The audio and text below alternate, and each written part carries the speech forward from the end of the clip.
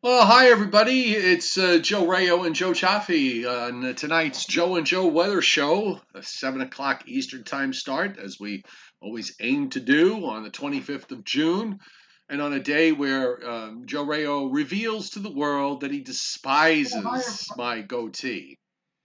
I didn't say that. I just said it's tough for me to get used to seeing you with the goatee after knowing you for so long with the mustache, and I even knew you when you didn't even have a mustache. So Well, for this is kind most of of my, well, actually, the mustache I had back in the old days of News 12, from then till right through the time of FiOS, for the most part, I was clean shaven. yes, Yes. yes. But But now, I said, why don't you grow a beard like David Letterman now? Like well, you should see the pictures of my goatee when I grew it about 5 or 6 years ago, when there was a lot less white hair. I mean, I really kind of looked like I bugged my eyes out like this, and I'd look like a serial killer. well, I remember somebody wasn't it a consultant at News 12 when you grew your mustache? They said shave it off because you look sinister. Well, this just goes back to the silliness of consultants, because I was told that I should grow the mustache because I to make me look older when I first started, and then they told me to shave the mustache because it would make me look younger Right. as my career progressed along. And then I approached 50 and it didn't matter because they fired me anyway. That's So, right. Well, but that's the way the world goes. that's the way it goes, Joe. So because of I did manage to remember to put up those links, and they're up on the chat board tonight, so you can access them now or later, regarding the the dust that we've been talking about with the Saharan dust. So we're going to take another look at it tonight, and also that 100 degree high temperature reading that was hit in Siberia, north of the Arctic Circle. I kind of skimmed through the article, and it turns, I mean, it did break a record, but it broke a record that was sitting for well over 100 years. So, as we pointed out, and as you pointed out when we talked about this, it's not that unusual for No, temperatures no, to climb up to 100 degrees, because there's a big desert up there. temperatures in excess of 100 degrees is not unusual in Siberia. Excuse me. Um, and as pointed out the other day, and I agree with you, I think the only reason why this has been made much ado about this 100-degree record is the fact that it was a long-standing record that was broken. Anyone who hears Siberia immediately envisions a perpetually frozen land that's Right, yeah, now perma ice. right, that's now heating up thanks to global warming. But in fact, the trigger again was the fact that we didn't, but they broke a long-standing record. Now, I mentioned this a couple of days ago. Nearly 40 years ago, in July of 1981, there was a total eclipse of the sun that passed across northeast Siberia. Most scientists and tourists converged upon Brask. Yes. So answer the phone, will you? It might be important. It might be important. Hollywood's calling. You may have the job. I, with, with any You've luck been at waiting all. to hear from Dory Sherry for how long? Oh, what was I saying? All these people Back to Siberia. Go on. went to Brosk, Siberia to see this total eclipse. And two of my good friends, one of them has passed on many years ago. In fact, astronomer George Lovey of Sky and Telescope and Alan Seltzer, who was at the time the education coordinator at the Hayden Planetarium, they co-wrote an article about this eclipse. It was called Darkness at Midday. Here is the opening paragraph from that article. Quote, picture a spot on the other side of the world from which the shortest distance from home lies over the North Pole, a place where temperatures can fall to 70 degrees below zero Fahrenheit and rise to over 100 degrees, a forest primeval, to quote Longfellow, not unlike the Canadian one in Evangeline. In other words, you can go as low as 70 below to as high as 100. And we've seen that now in Siberia. It's just that this go around, they just happen to break an all-time record for a specific date, and everybody's going, "Woo, Willie Niggle!" This is happening in Siberia. Well, guess what, folks? It always happens in Siberia. The chat board tonight is talking about my goatee. I'm not going to bleach it black. Well, actually, you would bleach it white. I'm sorry. No, I'm 61 years old, uh, and in another month I'll be that much closer to 62. So it is what it is. I have fantastic bone structure. My entire body hangs up off my cheekbones. That goes without saying. But no, the color is what the color is. So But it goes with there. the giant cap, Yeah, which by the way on YouTube is backwards. I guess yeah. I don't Everything know why. gets whatever's flipped. Well, they the way they played the last few seasons, the last number of seasons. I guess that sort of matches.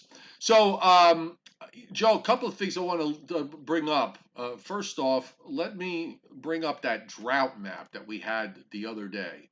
So hang on, as I Is that anything to do with the Palmer Index or yeah, a it's from different type the of thing? U.S. Drought people, Yeah. and the Weather Service put it up today. So I thought the new one, and I thought it was pretty interesting.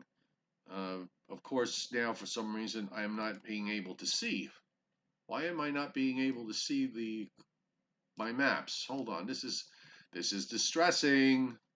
Hold on, window. Uh, what is that? Okay, no, that's not it. Oh, I know why. Hold on. Um, yes. Okay. Now I got it. All right. So let's go to that drought map because I thought this was, this the one I showed the other day was about 5 days old, but this one is effective as of the 23rd, so it brings things up a bit more to the current time. And we're getting to the point now in the Northeast, in particular, where rain has been lacking, and all of New England, Mr. Rayo, is under some sort of uh, drought condition here. It's being described as D0 in the yellow. From what I'm reading on the scale, some places actually are seeing moderate drought conditions in Hmm. parts of New England, and now we're seeing abnormally dry conditions reach down the Hudson Valley, east of the Hudson, so that includes York County and Westchester and all of Long Island. New Jersey right now, no problems either way. In fact, there are a couple of thunder showers and a thunderstorm or two going on, or were going on in parts of South Jersey. Also, much of Pennsylvania about even with rainfall, but there are two small patches there showing abnormally dry conditions. So we could use a good soaking rain, and I'm thinking that at least that there may be the chance for thunderstorms on Saturday. I'm starting to think, Joe, that Saturday's setup is going to be potentially a robust one for severe weather from eastern Ohio all the way up into at least southern New England and maybe even further north than that. And we'll look at SPC because they already have a slight risk there on their day three forecast. I think we might wind up seeing an enhanced risk in a small area come Saturday. I think so. I think this is only their day three outlook, and I'm kind of surprised that they didn't have anything mentioned about this in their day four yesterday. But it's day three. Which I We're have in. up on the screen right now. We're solidly in the slight area. I agree with you. I think that we may very well see this upgraded to an enhanced probability or possibility for parts of our area when we get to tomorrow, and especially so on Saturday. The question about this outbreak on Saturday, though, is it looks like we may see an initial shot of showers here early in the day, and maybe a thunderstorm, Right. and that sometimes tends to take away from the blossoming effect of potential diurnal late day and evening thunderstorm activity. Um, and obviously also the question, how much sun are we going to see on Saturday as well? So this is something to ruminate about over the next 48 hours. Well, But the warm front sometimes if they come in early enough, when this one looks like it wants to come in early enough, then if it goes by around 7 or 8 o'clock in the morning, That should give it plenty of time. And one of the things that a couple of things impressed me about this. One is the what happens to the dew points. Okay, so I was looking at the dew. If you look at the dew points at 8 a.m., they actually, let's go back a couple of hours there. Let's go look at the dew points at 5 a.m. So at 5 a.m., we've got dew points that are actually still in the mid 50s to around 60, which is pretty dry, and you get this warm front to come on through, and by the time we get to 5 p.m., at least if the digital display by what the Weather Service has come up with, our dew points are in the mid to upper 60s just about everywhere. So we're looking at a really solid, shot here of humid air forcing its way up rather quickly through the Northeast. The other thing that also struck me about this, Joe, and I want to see if your opinion on this. One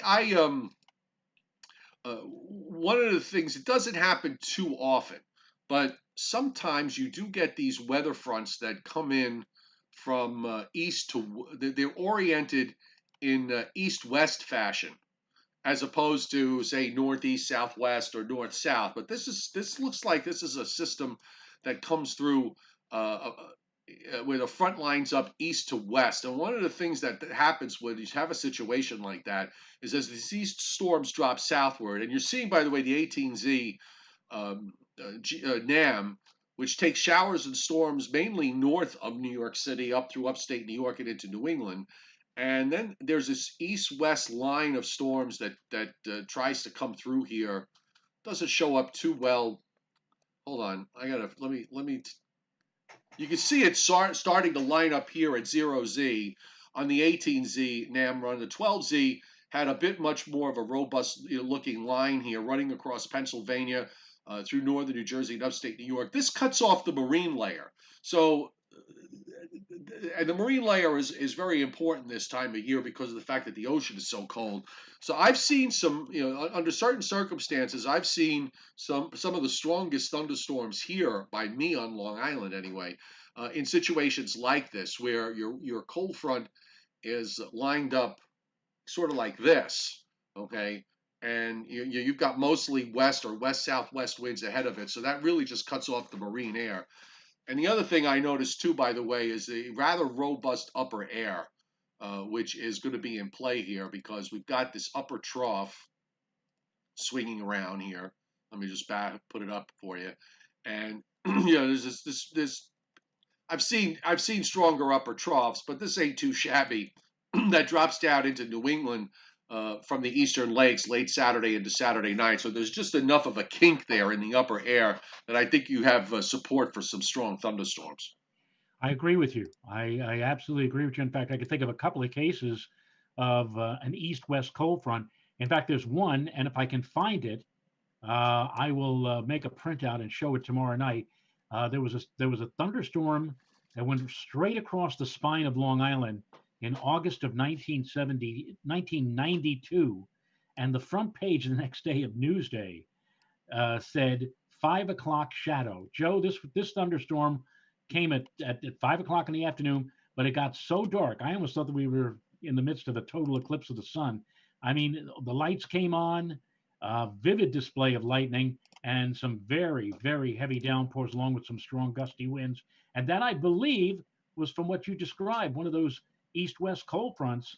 And that may very well be the case here on Saturday. I'm not saying it's going to happen, but you certainly cannot rule it out. And I think that we're going to be in line for some sort of severe activity, and I'm sure we're going to go under some kind of severe weather watch. The way things are looking like they're setting up for later Saturday or early Saturday night. I always like to look at that 700 millibar and look for these jet streaks, and Oh yeah. they show up really well here. This is Saturday evening at around this is at 11 p.m.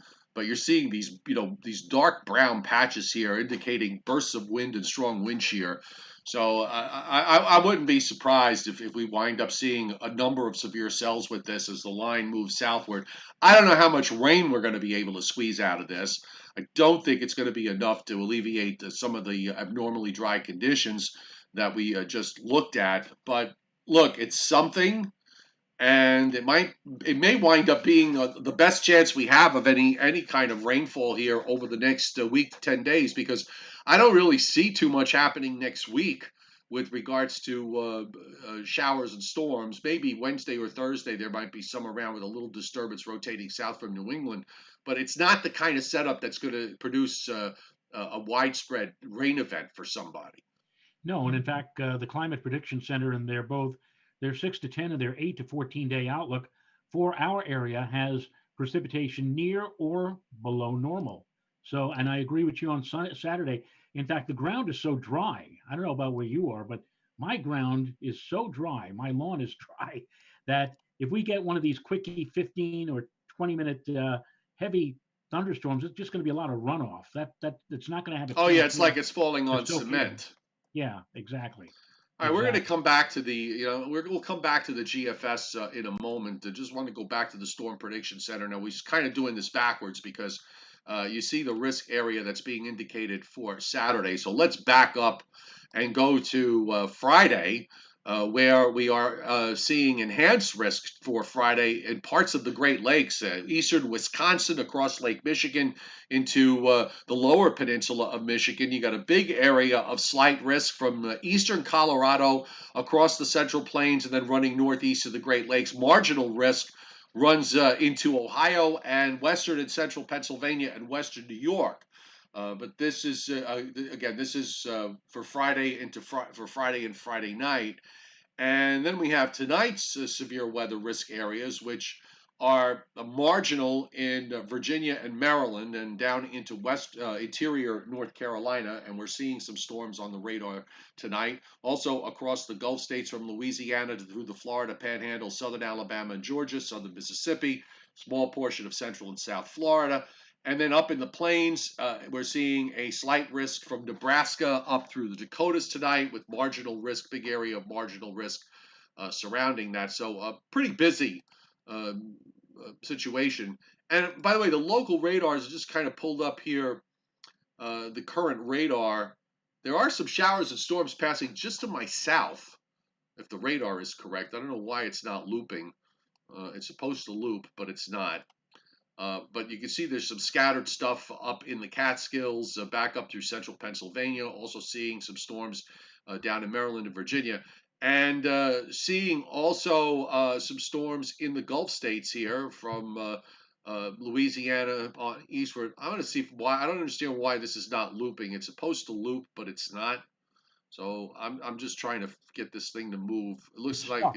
it is stuck. It looks like it's having a tough time loading the frames, but you sort of get the idea here, folks. It's kind of busy. A lot of activity up through the Rockies into Wyoming, back up into Minnesota and parts of South Dakota. So kind of a active summer evening here. A lot of this being fueled either more the stuff in the Northeast is being fueled by this broad upper trough. You've got tropical air that's coming out of the Gulf states, and of course we still have that Saharan dust, which is still very obvious on the satellite loop tonight. Now, the question that a lot of people have been asking me is whether or not it's going to come up our way, and I don't really think that's going to happen, at least not in the immediate future.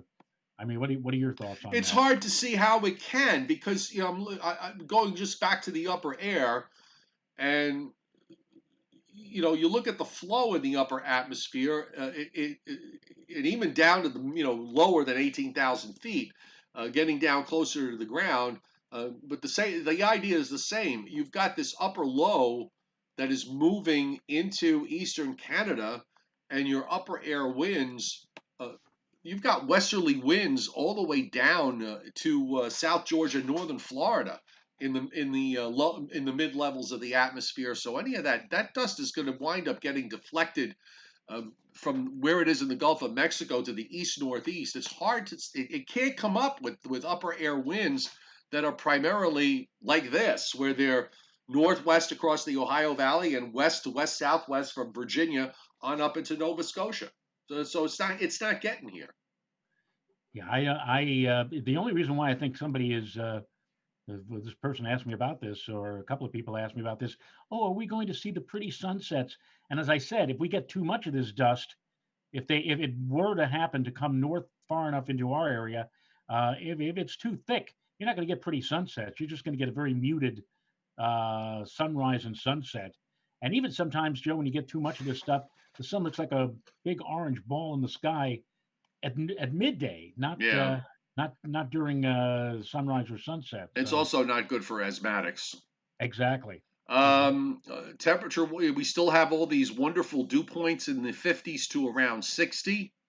And that's nice. It looks like we're going to hold on to that through tomorrow and into tomorrow night. Even though temperatures tomorrow, I think with a fair amount of sunshine, should be able to make it up into the middle and maybe even the upper 80s. It's going to be a very warm day, but it still should be comfortable, and that's the bottom line for me. As long as the dew points are reasonable, I can handle the temperatures that are up there in the mid and upper 80s. Yes, but I think that beginning tomorrow night, the humidity is going to be creeping up as that warm front moves into our area. And if it's fully through here by Saturday morning, you step outside on Saturday, you're going to say, "What the heck happened?" Because it is going to be like probably walking out into a damp sponge, and that will be the juicy air that perhaps will set the stage for some fireworks here of the meteorological variety, especially later Saturday or Saturday night. All right, so we've got the WPC's 7 day rainfall, and again, there's this big, sort of a dry hole over Long Island, New Jersey, southern Pennsylvania, down into Maryland and Delaware, where rainfall amounts are generally a quarter, half an inch or less, or even a quarter of an inch or less. And you do have at least some inch to inch and a half rains for upstate New York and for Vermont, New Hampshire, and Maine, and even into parts of Massachusetts and Connecticut, and a little bit by you. So perhaps the WPC folks are thinking that now this goes out 7 days, so this may include some rainfall that some shower chances for the middle of next week, but at least it's something. And you can see where the big rains are going on up in the northern plains, Montana, some 3 to 5 inch rainfalls being indicated there. The Gulf states, not too shabby, inch and a half rains from southeast Louisiana, Mississippi, and Arkansas eastward to the Carolinas, and you've got a fairly robust area of 2 or 3 inches from Tennessee northwest into southern Indiana. Not too bad over Florida either, with some rainfall away from coastal areas. But as we said, we could certainly use it, but it's going to be a tough fight for us. Areas around us might do a bit better, but it's going to be a tough fight Yeah. for us regarding rainfall. Yes. Yes, and as I said, as heavy as it may, as heavy as it may come down here on Saturday, um, what we need is, as Joe mentioned a few minutes ago, is really a gentle soaking rain, something that starts, early in the day and continues for much of the day, and just comes down, in varying degrees. Let it really soak in, but it does no good really for us if you get 15 or 20 minutes. You may get like a half an inch of rain in that short interval of time, but the ground is so very dry it's just going to hit it, and as Joe said, just rolling off like concrete. It's not going to really uh, be that beneficial. But beggars can't be choosers, Joe. We'll No, take whatever we can get. one of the problems here, one of the forecast problems, I'm not necessarily implying a weather problem, but at least from a standpoint of a forecast problem, is trying to figure out what is this upper low going to do in the east early next week. And at the same time, we've got this powerhouse that's dropping into Washington and Oregon and into the Northwest. I mean, this is a really wrapped up upper low. This has been going on in the northwestern part of the U.S. For the last couple of weeks with these powerhouses coming in. And of course, while that's going on, we have an upper low that's going to be dropping into Maine. Now, this is going to keep, whatever heat that we get Saturday and Sunday, because I think Sunday is going to be another hot, somewhat humid day as well. But the thunderstorm chances are going to be greater on Saturday, maybe more of the scattered or pop-up variety on Sunday. But this upper trough in the east is eventually going to cut that heat off, and since it just kind of hangs there over Maine, and then the upper low just sort of tries to stretch out, but it just really concentrates itself over New England, and now we're into the middle part of next week. This is going to be somewhat problematic, I think, when we get to the middle of next week if the upper low is going to be in this position with regards to maybe some clouds developing and maybe some showers scattered around. I don't, again, not a widespread rain, but something to keep an eye on from the standpoint of, nuisance stuff that will be happening. And eventually, that upper low drops down south of Long Island on Friday and Saturday on this current run. The model's been sort of going back and forth on this, on how it's handling this upper low.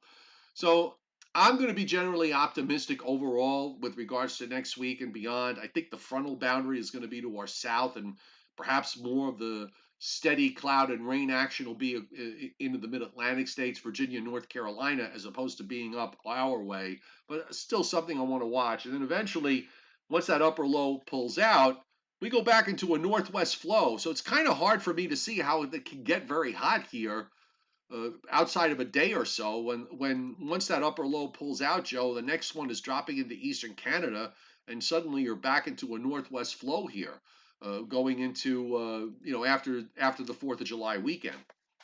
I mentioned to my son and my future daughter-in-law last week. This is last week now. It looked like we were going to have a big upper ridge building over our part of the country, and I said, "Boy, it looks like it's going to get really hot leading into your wedding day, which is July the 3rd." It may And not. now with this upper low looks like it throws a whole different uh, it changes the complexion of this whole thing. And now it doesn't really look like it's going to get hot. Ironically, if it does get hot uh, around the 4th of July weekend, guess where it gets hot? Back up in Quebec and in northern sections of New England. Right, They had the, because of the upside down nature of everything right now. Yeah, why right. not?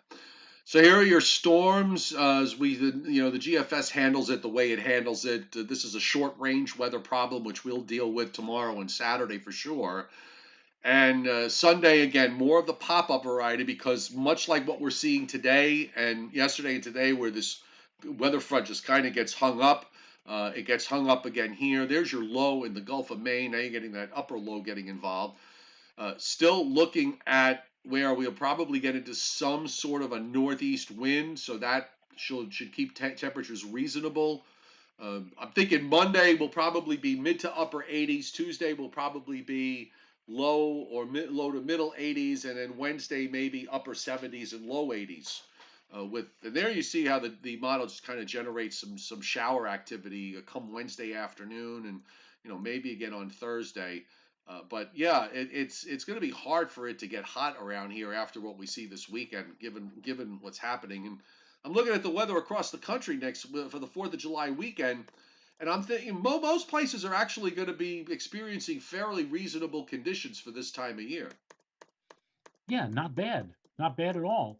I mean, it's nothing like we've spoken over the weeks about the Independence Day or the 4th of July back in 1966, where we had temperatures of what 100, 105 degrees, Yeah, all-time records well, in we don't want so that. many places. No, we're not going to. No, we do not want to see anything like that. Not for any way, shape, or form.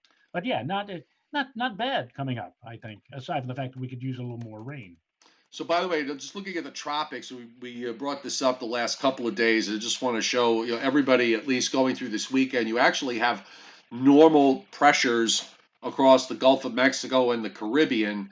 And as we move through time next week and beyond, pressures start to get a little low again in the Northwest Caribbean, Southwest Gulf, not to any kind of extreme, but pressures are going to be a bit on the low side because the upper high is going to weaken and move to the east. You've got higher pressures also from Texas and northern Mexico westward. So it does create a bit of a pocket here late next week. This particular run of the GFS didn't really do very much in terms of what it showed on the surface.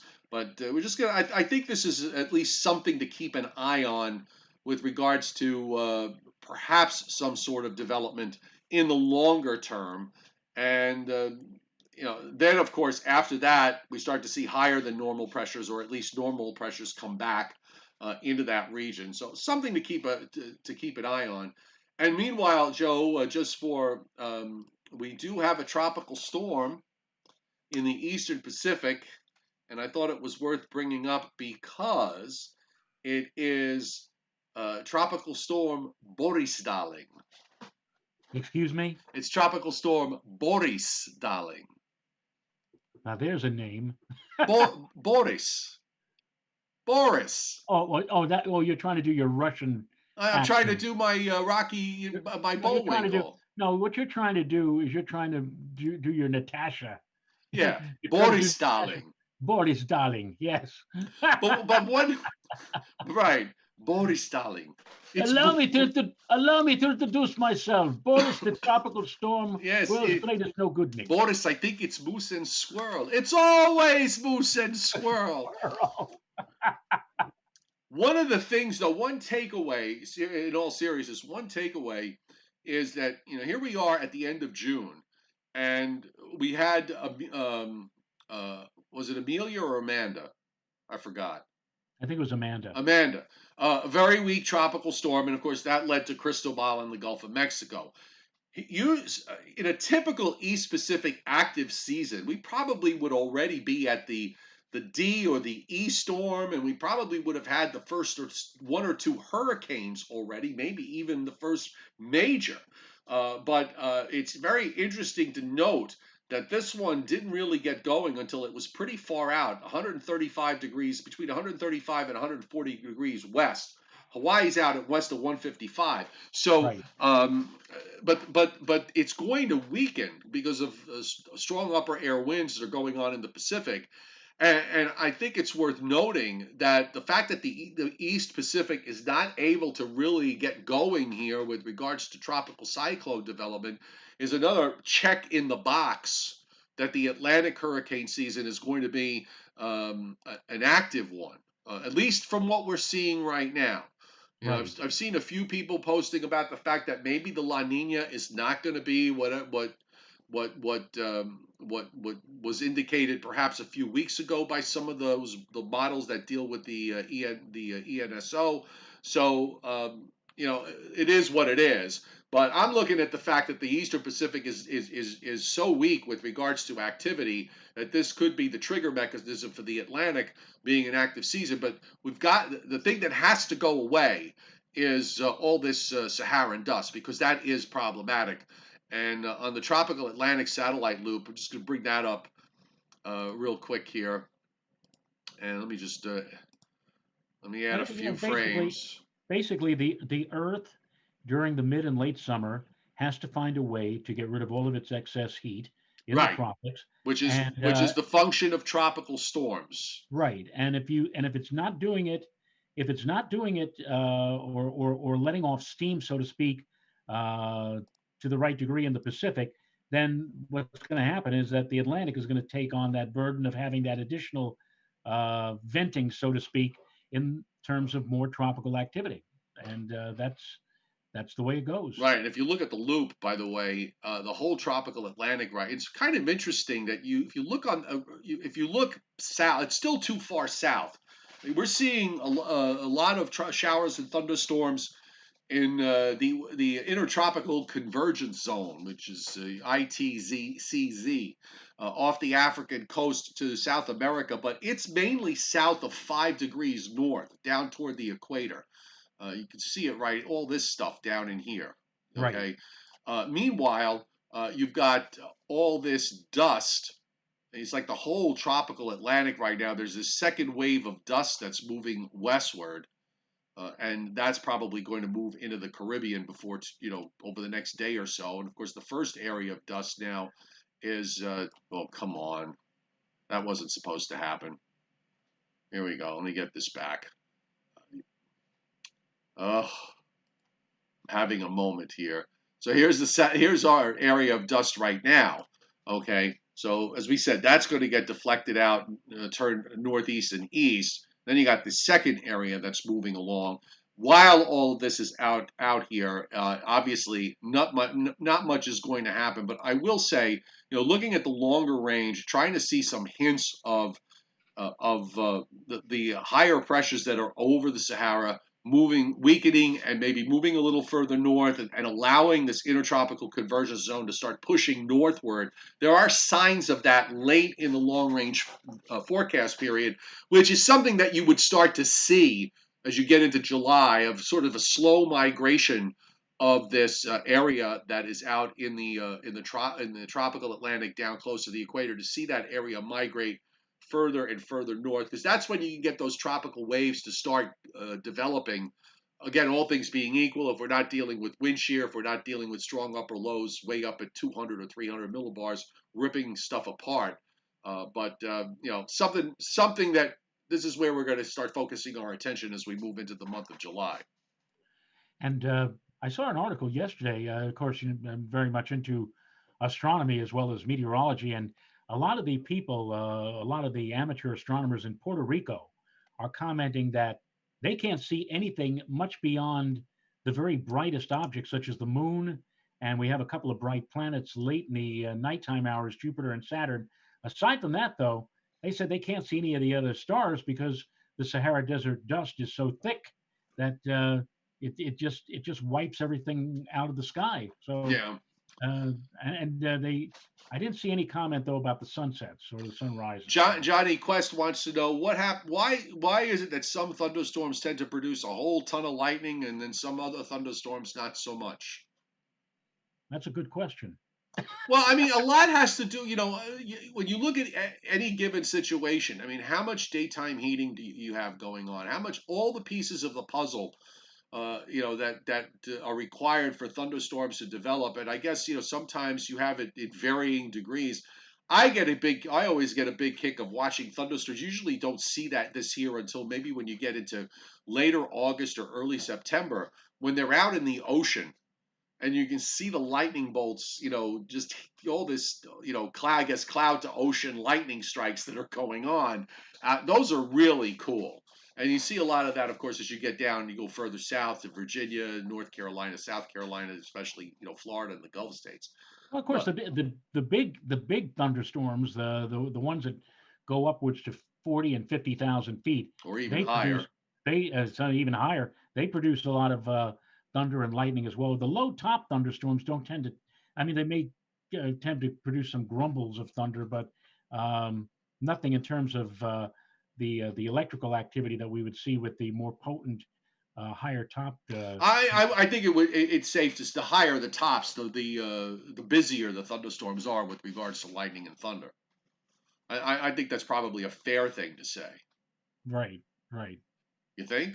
I'm just looking here at We're old. We're forgetting these things.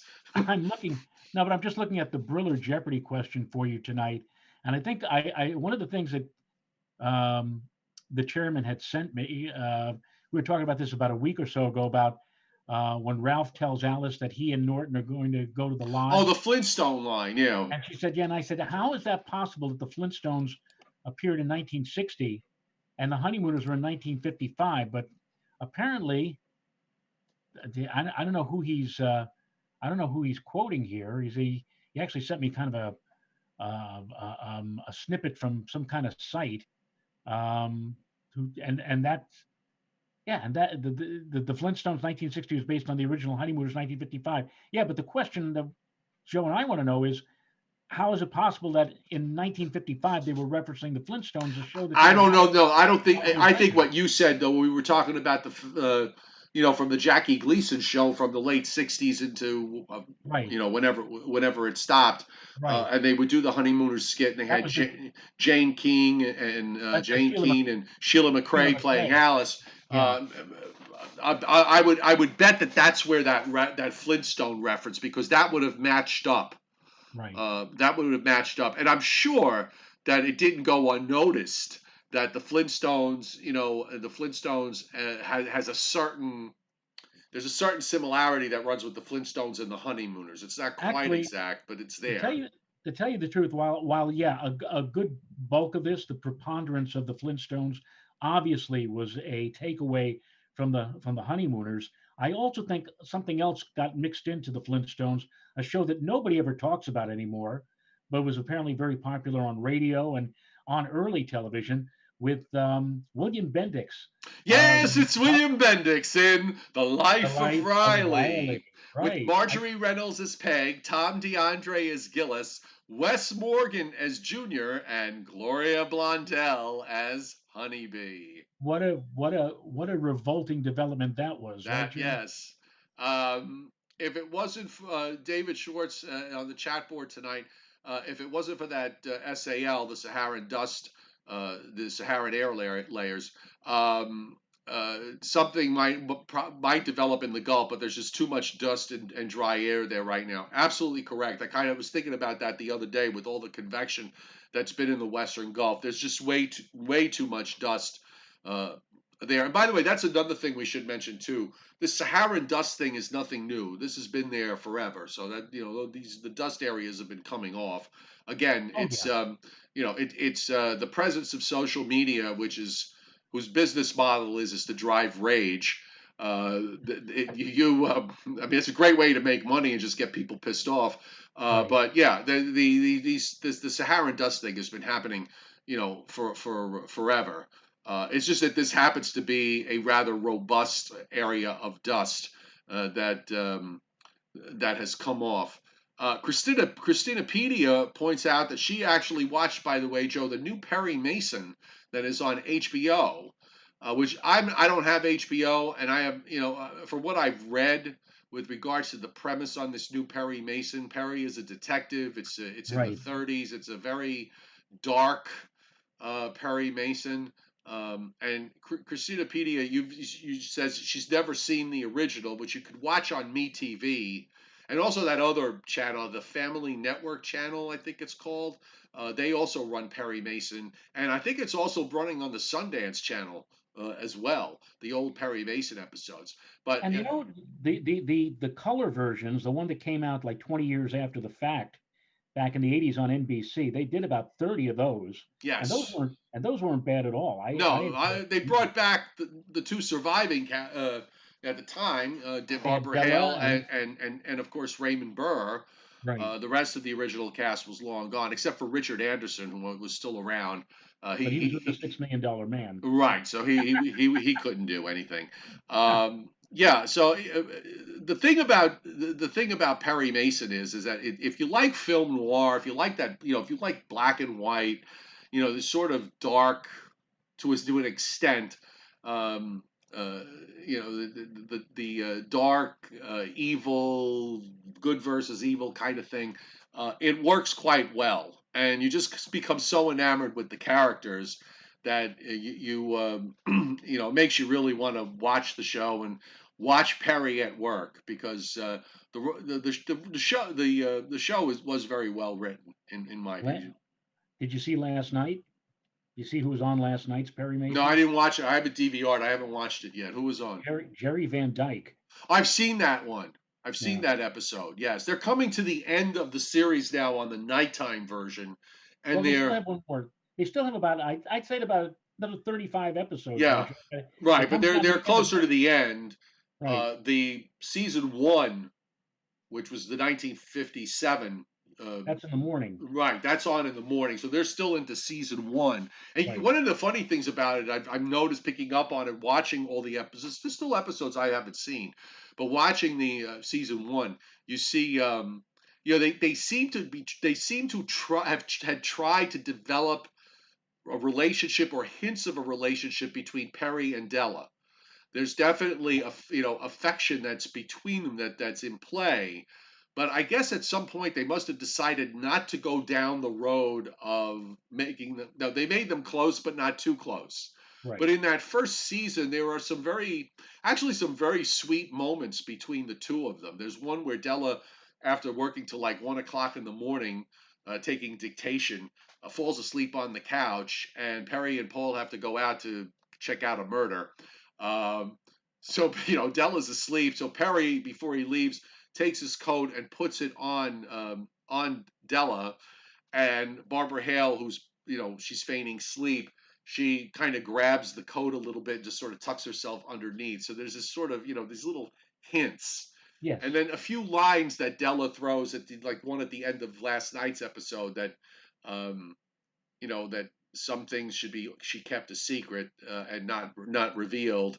And Right. Perry asked Della, "Well, what's your secret?" And she says, "I'll never tell." So you know it's that what her secret is, that she's got a deep crush on Perry. So it's just kind of nice to see it, because it's subtle. It's not Right. out there like it is on on the stuff we see today. Right. It's a very subtle thing to pick up on, and there is a sweetness to it. But Christinapedia, watch the original Perry Mason, and you'll see what I'm getting at. It sounds like they just kind of went in two different directions here with with the production. So we'll see. Anyhow, I do have some Briller Jeopardy for you. So do you have something for me? Yes, I do. Do So you you want me to go give you? first, because I'm always going first. So you should go All right. first. All right. Well, Briller Jeopardy for Thursday category. On the cover of Rolling Stone, question one: who was on the cover of Time magazine the most times? Who was on the cover of Time magazine the most times? Right.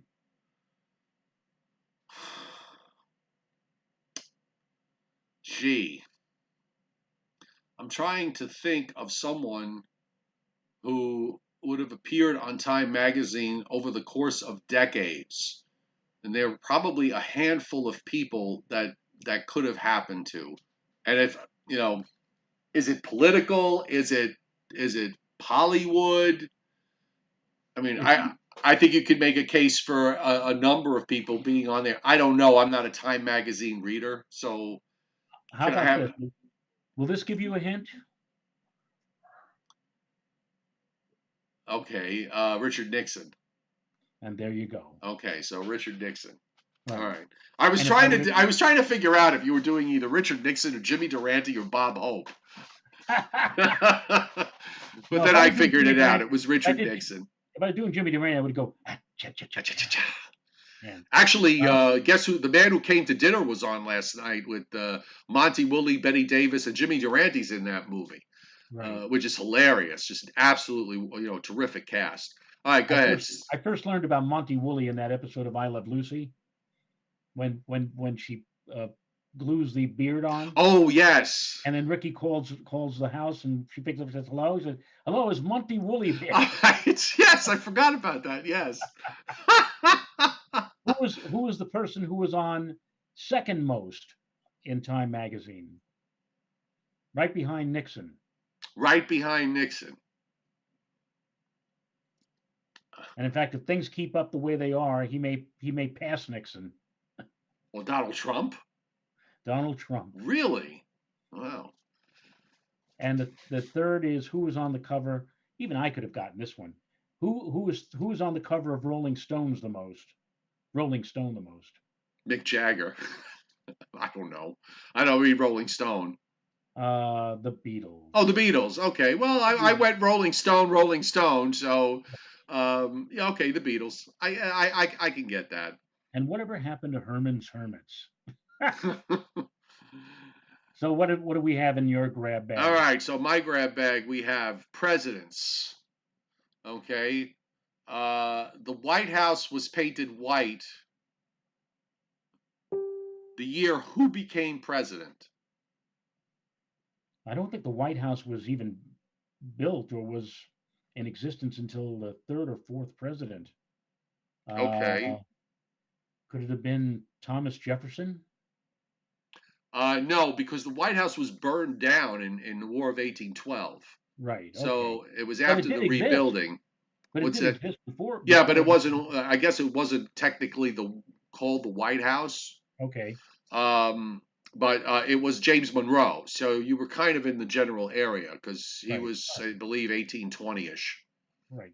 So he would have been after Dolly Madison, fixed up the And since we place. were from the Bronx, that was one of the high schools in the Bronx, was James Monroe. Right. Who was the first president to attend a baseball game? Well, baseball started in 1869.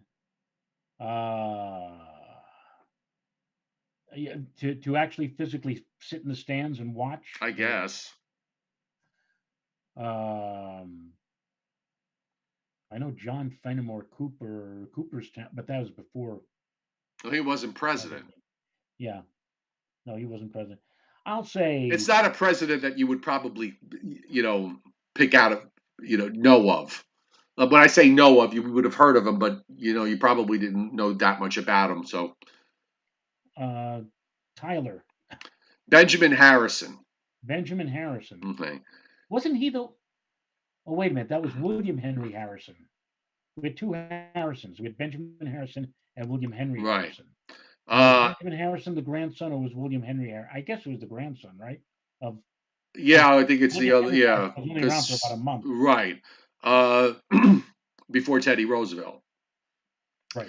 And this president met JFK when he was 17. You and I'm sure, remember the film that was shown in 1992 at the Democratic Convention. When everybody saw that film, they went, "Oh, it's a complete." Bill Clinton. Actually, it was Barack Obama. No, That's what he says here. no. JFK met No, that JFK couldn't be right. That couldn't be right because Barack Obama is how old now? like in his 50s or whatever.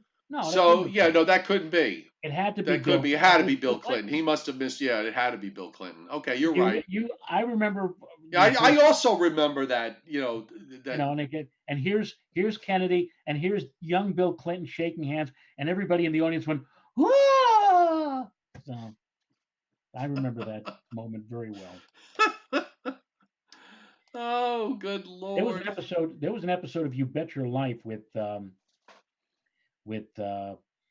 Groucho Marx. He had Ernie Kovacs on the show. Ernie Kovacs mentioned the secret word. Down came the duck. Say the secret word and win $100. They gave his partner got $50. He got $50, which he was going to donate to charity.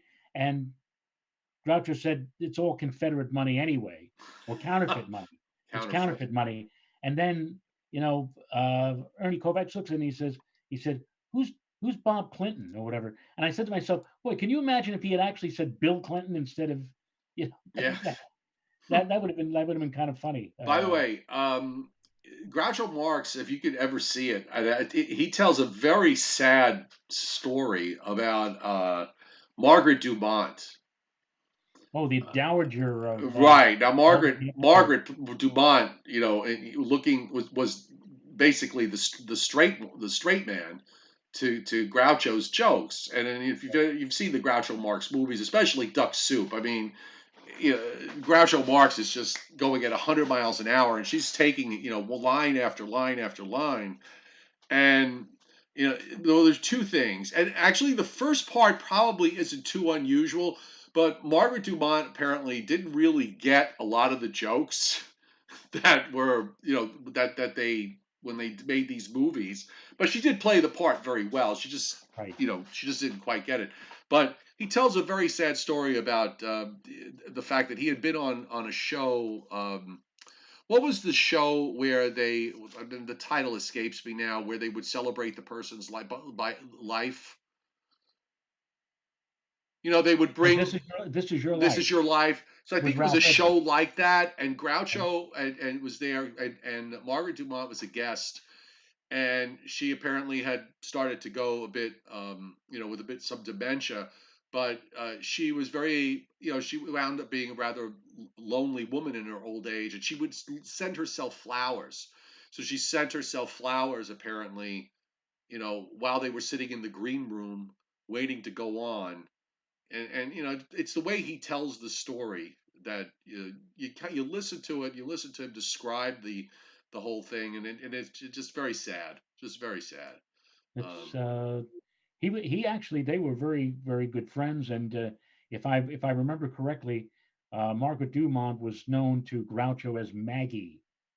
Maggie was her name.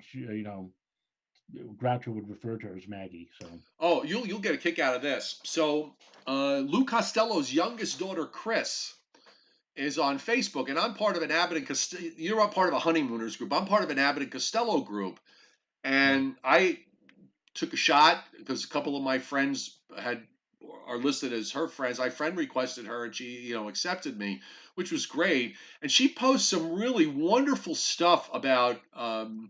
about Bud and Lou and how they worked.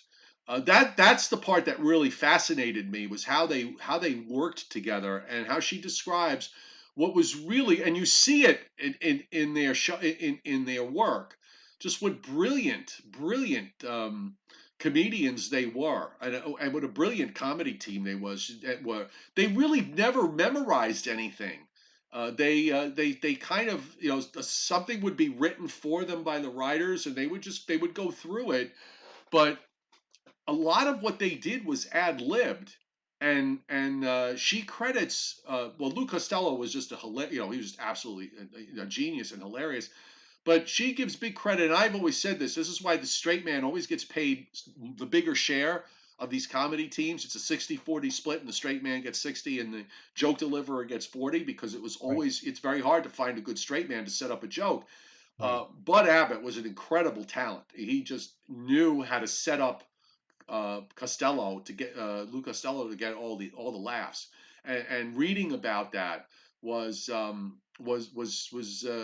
brought some smiles to my face. It made me appreciate their comedy even more. And she posted an interview that she did with Hillary Brook, who said, uh, how great it was to work with them because she was not a comedy. She said, the quote she used was, "I'm not a comedy girl." Okay, she did a lot of drama. She worked with Orson Welles, among others. She's Right. in a Sherlock Holmes movie with Basil Rathbone and Nigel Bruce. But a lot of the stuff she did was drama based. So she learned comedy, how to do comedy, from Lou Costello, and Hillary Brook describes the experience she had in watching them work and just how brilliant they were. Uh, Well, if you of course everybody knows the "Who's on First" monologue, which started out on the Kate Smith show. The interesting thing about that is, and it's so, I actually, when I was much younger, there was one particular round that I was able to play on my cassette recorder over and over again. So I actually memorized the whole bit. The problem is, and this is a test of the genius that you said, when those two did that skit, it was done in various different ways. It was never done the same way. They would always do it with slight variations or different. right. I mean, it was the same monologue, but it was done differently. Yeah, In fact, because one, they weren't really working from a script. They knew, and there were times where they went off. That something would happen that would get, Lou Costello would go, Bud Abbott would pick up on something and kind of go in a slightly different direction, and Lou Costello would, like, sort of instantly pick up on it right, and deliver the joke. I, right, I absolutely. just they were very much from vaudeville and burlesque in terms of training, and that's how you worked. You worked on the fly. And Uh, would you say that today, and it's not even today anymore, my goodness, we're talking about a show that was aired originally 30 years ago. But the TV show Seinfeld was kind of like the modern version of the old Abbott and Costello show, with, I guess, George being the Lou character right. and Jerry being the Bud Abbott character in some degree or some regards. Yeah, I think and they make references. I know Jerry Seinfeld's makes Oh, numerous the Sid references Mr. to, Fields. right, Mr. There's one Field. episode. There's one episode where there was a really old guy, and the guy's name was Sid Fields. Right.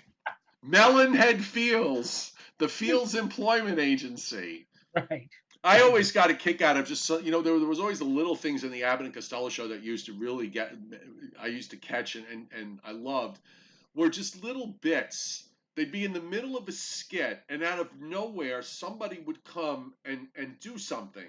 Like, one that always has stood out with me in the television show was, I forgot the bit that they were necessary. Oh, was it the Bagel Street bit?